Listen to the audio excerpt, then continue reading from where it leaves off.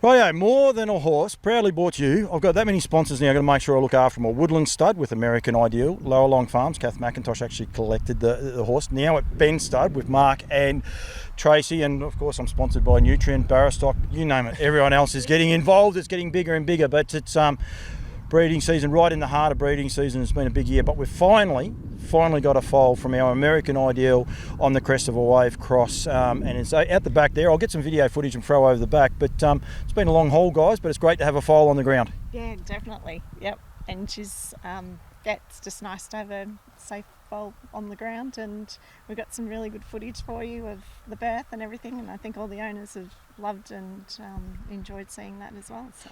For starters, it is a filly, Mark, too, which is American Ideal fillies. They're well sought after. Yeah. I know Mark Hughes and a few of the other guys, they'll be keen to see it possibly at the yearling sales. Yeah, well, yeah, I guess. I think Ken Salmon won't want it there, though. No, probably not. No, and that's not our decision either, so yeah, I guess. As far as like the birthing and everything went, everything was fine? Yeah, it was all really straightforward, no hassles at all.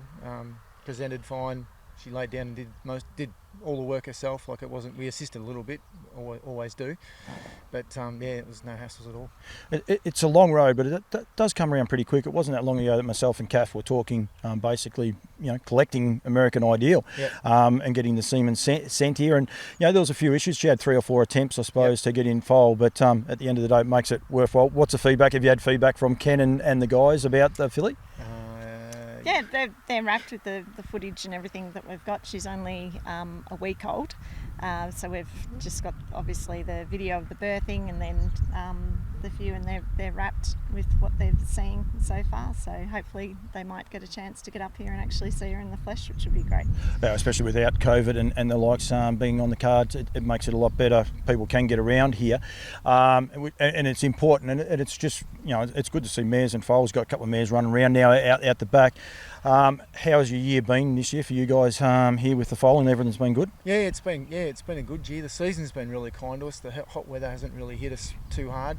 It's only been these last few days it's started to really heat up. So, and we've had plenty of rain, and everything's been really good for us this year. Yeah. So with this foal now, and it's about the journey. We want to get it to the racetrack. Like you said, she's a week old now. What happens basically? Because some people find, I got a couple of comments like you haven't done a lot, and the likes, with this horse, but there's sort of not a lot happens. What happens now, say for the next sort of 2 months, 3 months? Yep.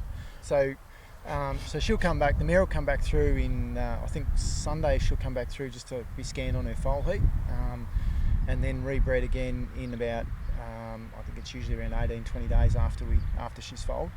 The foal itself, we'll have her back up on Friday. We'll start looking. So she'll be 10 days old. We'll start looking at the legs and doing any corrective work on the feet that we think it might need to help make sure she's conformation right. Makes a big difference. Whether they're sale horses or not, it still makes a big difference. So every foal that we have, we do that. Yep. And then we work. We work just suit a program for her going forward to keep on that leg work right up until, it'll probably go right through till March or something like that. So you basically treat them like sales horses, even though she's technically going to a racing stable and be a homebred. Yep, every horse gets the same treatment. Yeah, they're all going through the same process with the feet for sure. And that's important because, as I say, like a lot of people, I'm going to follow the journey, but sometimes it's, I can come back here in a month's time. We're not going to see a lot different. It's just going to be growing out. But when will she be weaned? Like, so people wondering when. Usually about 4 months.